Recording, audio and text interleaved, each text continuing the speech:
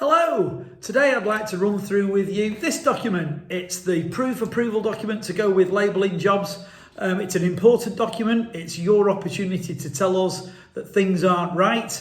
And history says, we've been doing this for a long time now, that a lot of the time if this was checked properly and we worked together on getting it right, we would pick up errors that sometimes don't get picked up. So please pay attention to the document, please pay attention to this video. It's quite important that we work together on this one because checking is really important.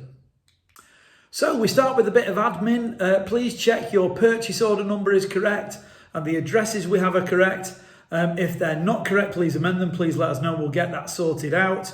It has been known only once or twice, fortunately, that we've turned up at the wrong site. So let's make sure we get the addresses correct and let's get the admin sorted early on in the process. Then we can move on to the label itself. Now we will have PDF'd you, or highly likely will have PDF'd you part of the print run. Please print that off onto A4 paper. Normally that's the adequate label size. It might shrink it down a little bit, but it's not going to make a lot of difference to the proof process. So please print it off, get it in front of you, and then we can look at things like, are the colours correct? Are the arrow directions right? Does it have the right number of characters in the iReadable? We'll come on to barcoding later, but start with a good visual check. Is there anything there that you're concerned about?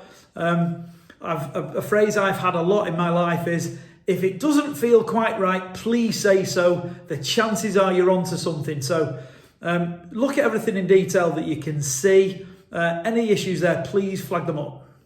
Once you've done a visual check, we can move on to the barcode. Now I have to be a little bit careful here because sometimes the barcode content doesn't match the iReadable.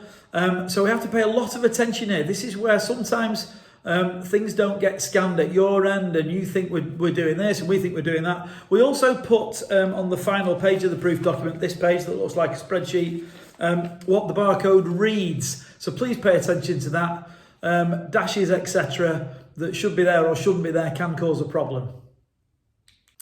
Right, so that's the label checked off. Now we need to make sure the label is compatible with your racking or shelving system.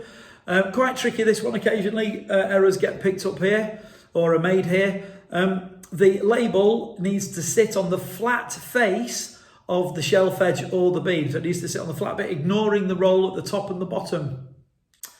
Some racking manufacturers, such as Elan, have a very slight crease that runs through the middle of the beam. That's not normally a problem.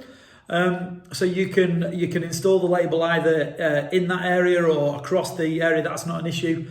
Just pay attention to the top and bottom of the label and then it rolls. So the vast majority of the time it's flat.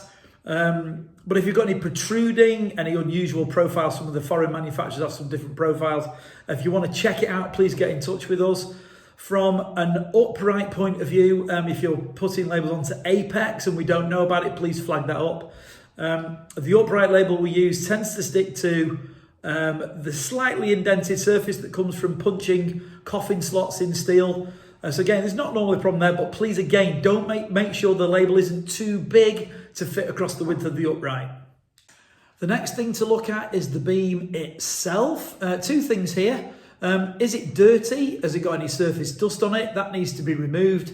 Either move it out of the way or clean the beam completely. Adhesives don't stick very well to dirt. They just stick to the dirt and then the adhesive can't stick to the steel behind it. And another occasional one, if your racking isn't particularly smooth, so it's got maybe a matte finish to it or it's made of not rolled steel, so structural steel, if it looks a bit like a golf ball, please flag that up because there's a good chance we won't get a good enough surface contact from the adhesive to the steel. But if it's powder coated or galvanized and it's smooth, we're okay. But please remove dirt, and if it's got a sort of a mottled finish or a matte finish, please let us know. One final thing from an environmental point of view or an environment that the label's going into point of view is temperature. If it's ambient, above freezing, and in the labelling world, freezing is around 0, 1, 2 degrees. As long as it's above that, a standard adhesive is fine. If it's a freezer or a temperature control building and it's below 0 and it's already at temperature, you must let us know because we need to print onto a different material with a different adhesive. It's the application temperature, the temperature of the beam at point of application is the critical bit.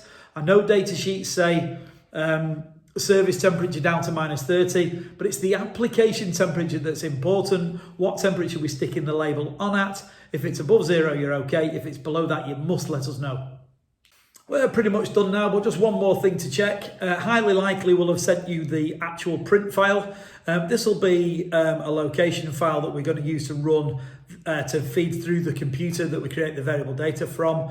That will be 1 line per label.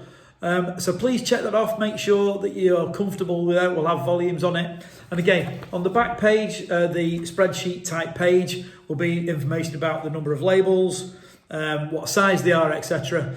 Again, have a very good read of that. It is your opportunity to tell us that we're not quite understanding each other.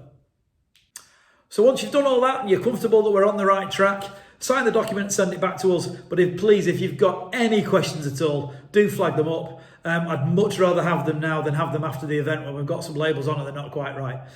Happy labelling, and if we can do any more to help, please give us all a call. Thank you.